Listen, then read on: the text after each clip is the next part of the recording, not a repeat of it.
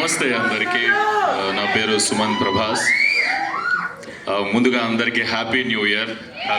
ఇక్కడికి వచ్చిన మీడియా వాళ్ళందరికీ, ఆడియన్స్కి అందరికీ థ్యాంక్ యూ సో మచ్. మీరు అందరు వచ్చి మాకు ఇట్లా బూస్ట్ ఇస్తున్నందుకు డెఫినెట్లీ ఇది చాలా ఎంకరేజ్మెంట్ ఇస్తుంది. ఎందుకంటే ఈ స్టేజ్ నేను చాలా రోజుల తర్వాత ఎక్కినా. It's like 2.5-3 years almost. నా ఫస్ట్ సినిమా చేసిన తర్వాత ఈ సినిమా చేసిన.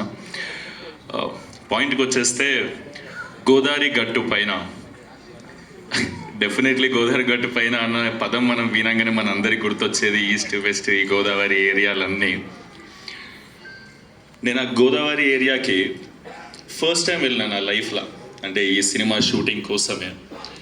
దానికి ముందు వరకు నాకు గోదావరి అంటే ఇప్పుడు కృష్ణా రివర్ ఎట్లా, గోదావరి రివర్ అట్లనే, సో ఇట్లా చాలా రివర్స్ ఉంటాయి కదా, అట్లా వన్ ఆఫ్ ద రివర్ ఏమో అనుకున్నా.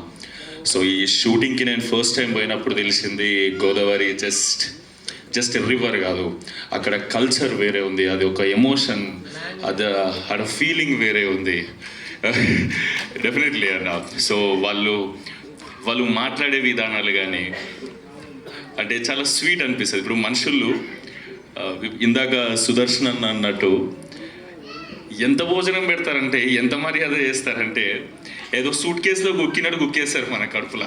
అది మనకే డౌట్ వస్తుంది, అది సూట్ కేసా కడుప అనేది. తిన్నాక లేచి నడవడానికి కష్టమైతే అట్లా పెడతారు. నేను 4-5 కేజీలు పెరిగిన అడిగి పోయి ఈ భీమవరంలో ఉన్నప్పుడు షూట్ చేసింది కూడా. యాక్చువల్లీ మన ఈ వేల్పూర్, రేలంగి, అత్తిలి ఇవన్నీ గోదావరి పారే ఏరియాలు అక్కడ సైడ్ ఏవైతున్నాయో అక్కడనే షూటింగ్ చేసినాం.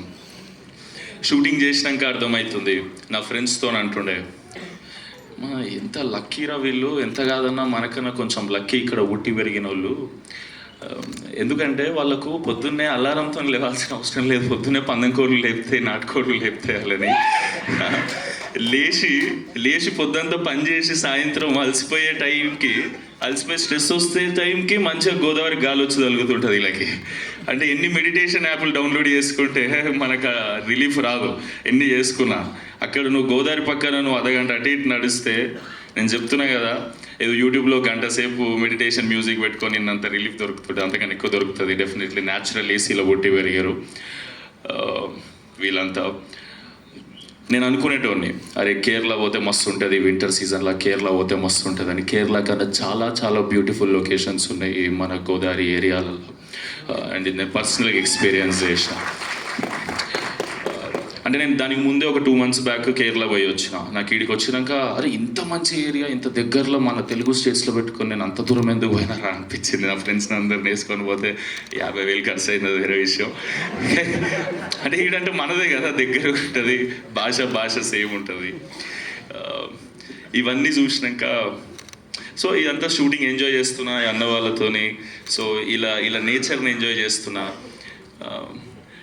కానీ ఈ కథ నాకు చెప్పినప్పుడు కూడా ఇవంతా ఎంజాయ్ చేస్తున్నా. నేను వెనకకు పోయి ఒకసారి ఆలోచించుకునేటోని, స్టోరీ ఎట్లా ఓకే చేసిన నేను ఇది అని.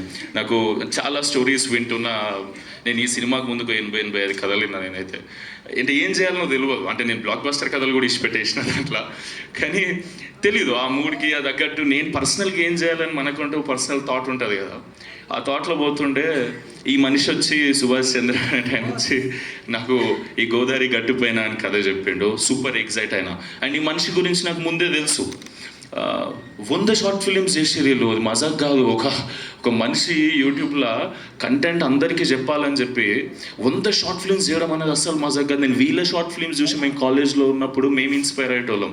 నా ఫ్రెండ్ మనీ, దుర్గా వీళ్ళందరూ అన్న వాళ్ళ పొజిటివ్నెస్, ఈ షార్ట్ ఫిలిమ్స్, ప్రయాణం షార్ట్ ఫిలిమ్స్ నాకు చూపెట్టి, అంటే సూపర్ క్వాలిటీ ఉండేటి 10-15 ఏళ్ళ క్రితమే.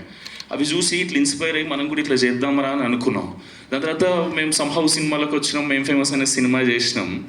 కానీ నా నెక్స్ట్ సినిమా నేను ఎవరి దగ్గరనైతే మ్యాక్సిమం ప్రెజెంటేషన్ కానీ ఈ తీసే విధానం కానీ ఇన్స్పైర్ అయ్యి ఉండేనో షార్ట్ ఫిలిమ్స్ ఉన్నప్పుడు, ఆ మనిషి వచ్చిన సెకండ్ సినిమా తీస్తున్నట్టు నేను చాలా హ్యాపీ ఫీల్ అయినా. అండ్ ఆయన వచ్చే ముందే నాకు తెలిసి నేను ఎట్లాంటి కథ చెప్తాడు. ఎందుకంటే ఆయన మైండ్ సెట్ అనే షార్ట్ ఫిల్మ్స్ అవన్నీ నాకు ముందే ఐడియా ఉన్నాయి కాబట్టి. ఆయనకు నేను తెలియదు డెఫినెట్లీ కదా, అంటే పరిచయం లేదు. మేబీ మ్యూచువల్స్ ఉన్నారా మనకి? వంశీ ఉన్నాడేమో, సారీ. కానీ పర్సనల్గా ఎప్పుడు కలవాలి. సో మనిషి ఎట్లాంటాడో తెలిసి, ఏ కథ చెప్తాడో తెలిసి కథ చెప్పిండు.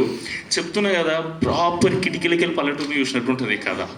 అంటే ఈ సినిమాని ఫీల్ అవ్వాలంటే ఎట్లా చెప్పాలి మీకు, మీరు ఈ సినిమా ఇప్పుడు నేనే ఉన్నా, నేనేమో కొట్టే తెచ్చే పెట్టినట్టు ఉంటుంది నేను మాట్లాడేది, నేను పుట్టి పెరిగిందంతా తెలంగాణలో కాబట్టి.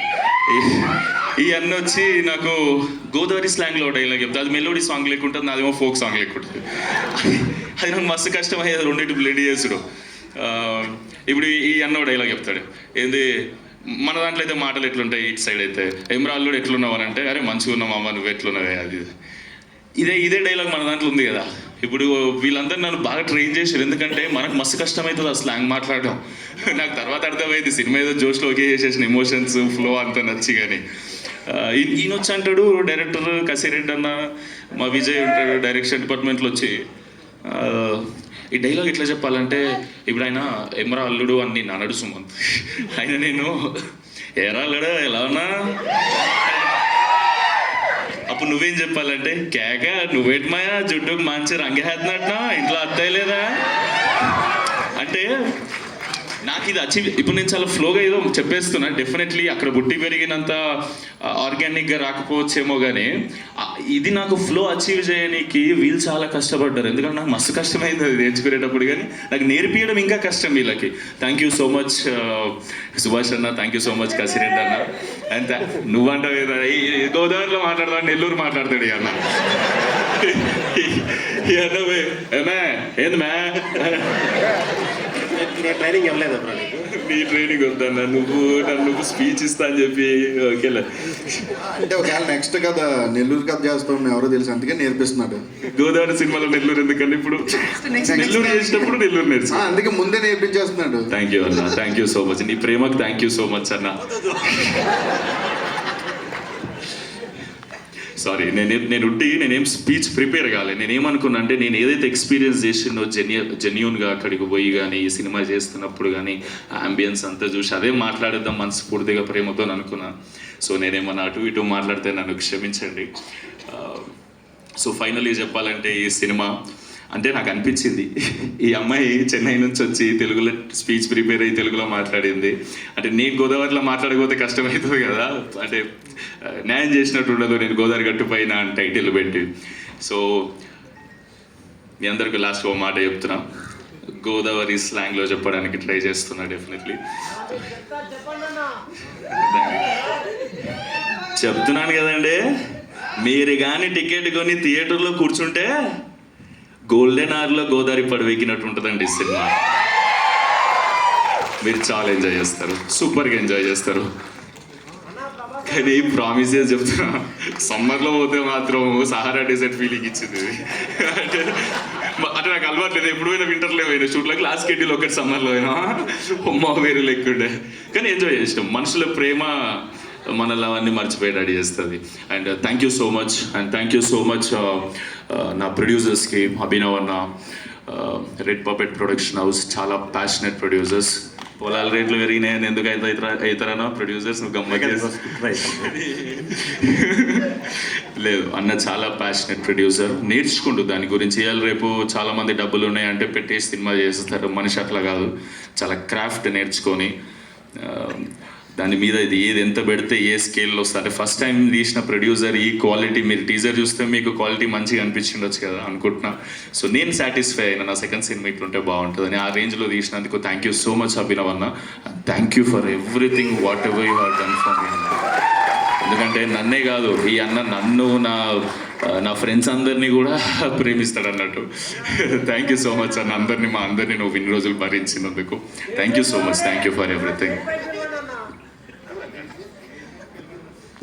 అదే నువ్వు ఏందన్నా, నువ్వు మోమాటం ఏందన్నా నీది, నువ్వు కిందికి రా ఒకసారి.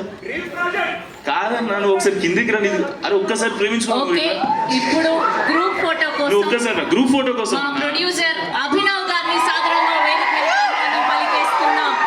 రెడ్ పపెట్ ప్రొడక్షన్స్ బ్యానర్ పై అంటే మనిషి రాసినట్టే ఉంటాడు, మోమాటం అంటే నిజంగా మొత్తం మోమాటం అందించబోతున్నటువంటి అభినవ్ గారు ఈస్ హియర్. అండ్ అలాగే మా కాస్ట్యూమ్ డిజైనర్ శివ గారిని కూడా సాధారణంగా వేదిక మీదకి ఆహ్వానం పలికేస్తున్నాం. అండ్ సౌండ్ డిజైనర్ నాగార్జున గారిని, ఎగ్జిక్యూటివ్ ప్రొడ్యూసర్ మధు గారిని, అండ్ యాక్షన్ కొరియోగ్రాఫర్ కార్తిక్ గారిని అందరినీ కూడా గ్రూప్ ఫోటో కోసం జాయిన్ అవ్వాల్సిందిగా రిక్వెస్ట్ చేస్తున్నాం. అండ్ అలానే ఇవాళ ఈ టీమ్ ని విష్ చేయడానికి వచ్చేసినటువంటి మా ప్రొడ్యూసర్ బెన్నీ గారిని కూడా సాధారణంగా వేదిక మీదకి ఆహ్వానం పలికేస్తున్నాం. అండ్ మా డిఓపి సాయి సంతోష్ గారిని, ఎడిటర్ అనిల్ గారిని అండ్ అలానే మ్యూజిక్ డైరెక్టర్ నాగవంశీ గారిని కూడా సాదరంగా వేదిక మీదకి ఆహ్వానం పలికేస్తున్నాం ఫర్ గ్రూప్ పిక్చర్.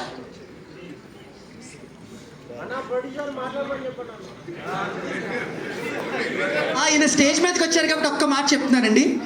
కథని 8 గంటలు విన్నారండి ఈయన. కథ 7 గంటలకి రాత్రి స్టార్ట్ చేస్తే తెల్లవారు 3 అయింది అని కథ. చాలా తెలివిగా చెప్పారు మీరు. లేదు నిజంగా very passionate producer. Short to short విని ఓకే చేశారు.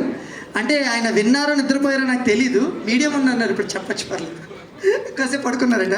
సో చూసారు. We welcome the team of Godavari గట్టు పైన అందరినీ కూడా గ్రూప్ పిక్చర్ కోసం జాయిన్ అవ్వాల్సిందిగా రిక్వెస్ట్ చేస్తున్నా.